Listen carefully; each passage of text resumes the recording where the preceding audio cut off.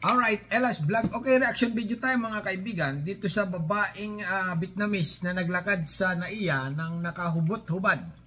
Na talaga namang nagba-viral ngayon sa Facebook mga kaibigan dahil nga itong babae na ito ay makikita mong walang saplot ang damit. Okay? Ay walang saplot na nakuha ng palakad-lakad sa NAIA Terminal 3. Ayan no.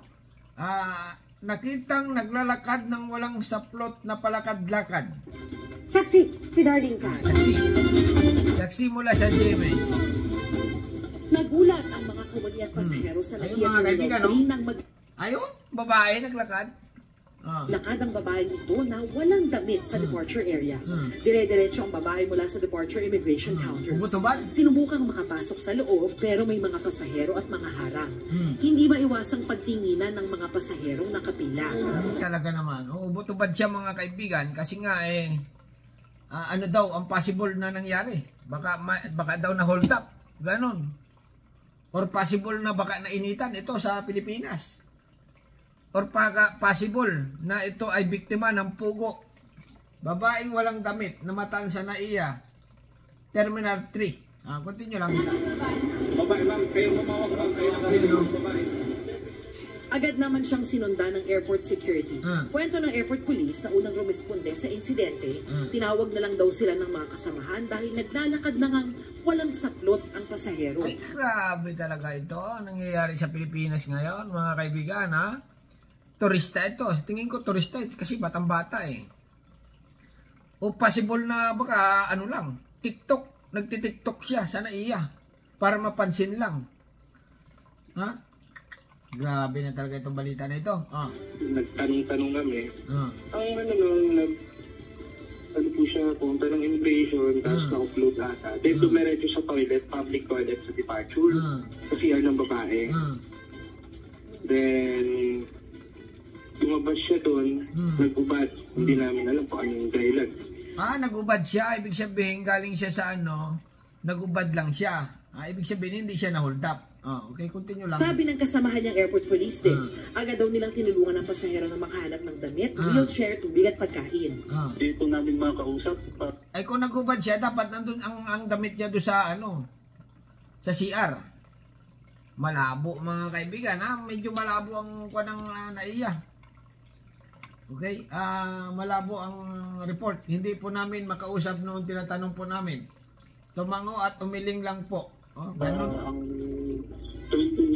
tinatanong po namin, tumatango at umiling lang po. Hindi naman daw nagwala o nanakit ang babaeng pasahero. Hindi rin daw nagdulot ng delay sa pilang insidente. Sa inisyal na investigasyon ng pamunuan ng Manila International Airport Authority, Vietnamese national ang babaeng pasahero. Pauwi na sana siya sa Vietnam noong Sabado. She's about 34 years old. She is about 34 years old. Hindi sigurado. Okay, she appear a little irritable because una, hindi siya marunong mag-communicate ng Tagalog. Vietnamese nga eh. Okay? Kung Tagalog yan, baka nagsisigaw na yan. And she doesn't speak well. Doon din yung English. Vietnamese lang yung kanyang language. Ibig sabihin, fluent Vietnamese siya. Ano kaya possible na nangyari dito sa babae na ito? Mga kaibigan, mapapansin talagang sa insidente, tinawag na lang daw. Naglakad talaga siya ng hubot-hubad. Wala lang, pagka nang diretso lang siya. Sa tingin ko, kinakabahan din ito. Medyo natatakot siguro dahil hindi pamilyar ito sa Pilipinas. Sa tingin ko lang, babaeng walang damit. Namataan sa NAIA. Sila ng tinginan yung mga lalaki, kasamahan dahil naglalakad na ngang walang saplot ang pasahero. Nako. Nagtanong-tanong kami. Nako, talaga naman. Talaga naman. Basahin nga natin ang mga comment ng mga Marites. Ito na mga kaibigan, ang comment ng Sambayan ng Pilipino na ayon sa kanila, ganun lang, wala man lang usisang investigasyon kung anong nangyari. Ganon. Baka nainitan sa Pilipinas. Baka possible na na-hold up sa NAIA. Abay, tama ako, Ito pa. Ganyan naman palagi ang immigration. Walang tugon na tanong. Okay? Walang ano daw. Galing siguro yan sa Pugo. Possible nga, nanggaling ito sa Pugo. Na umuwi. nakatakas. Talaga naman. Viral na viral mga kaibigan ngayon ha. Sa social media itong babae na ito. Kasi nga maganda daw ito. Maganda. Ayun sa kanila. Ang ano po siya, pumunta ng immigration, tapos na-upload ata. Then, Ayun, pumunta ng immigration bago dumiretso sa toilet, public toilet sa departure. Sa CR ng babae. di nandun yung damit. Then, lumabas siya doon, nag-ubad. Hindi namin alam kung anong dahilan. Sabi ng kasamahan niyang airport Malabo talaga ang sagot ng kwan. Hindi malaman. Okay? Hindi man lang naitanong doon sa babae na wala ba interpreter dyan sa naiyas? Natingin ko kasi mayroon dyan. Kasi may mga ano dyan Vietnamese airline na mga tauhan. Ito tanongin immigration, ganyan. Babae. Ikaw babae, ba't ikaw batubad? Magdamit ka nga. Di ba? Hindi nakakaintindi. Pati English, hindi rin. Yun lang. Wala silang police din. Agad daw nilang tinulungan ng pasahero na makahanap ng damit, wheelchair, tubig at pagkain. Tubig at pagkain, ibig sabihin nagugutom.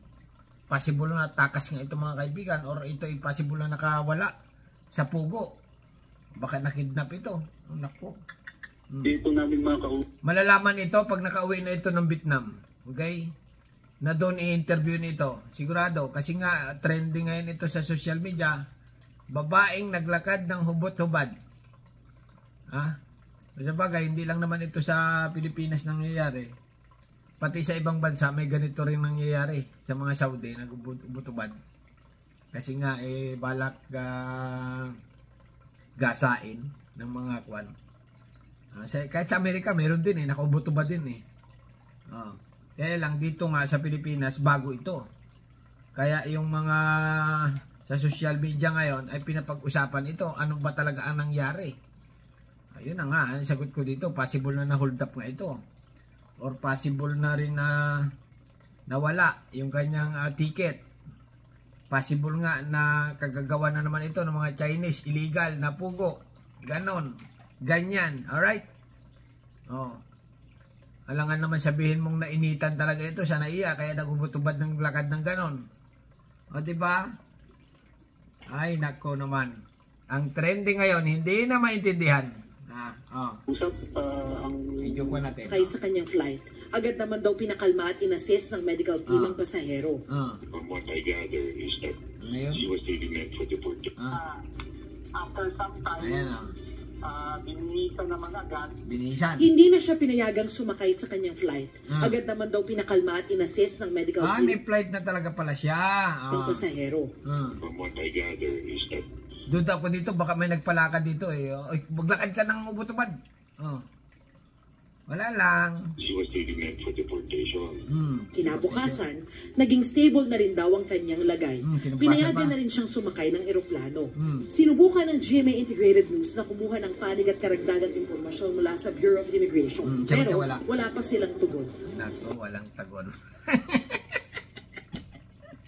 Kaya pala malabo ang interview. Okay. Yan na lang mga kaibigan. Hanggang dito na lang. At anong masasabi nyo dito sa babae na naglakad ng hubot-ubad sa naiya? Na talaga namang viral na viral ngayon. Okay, million na view sa Facebook. At YouTube ay konti pa lang. Okay? Pero sa TikTok, million na rin. Okay, hanggang dito na lang. At subscribe my channel. Don't forget comment. Bye-bye. Thank you.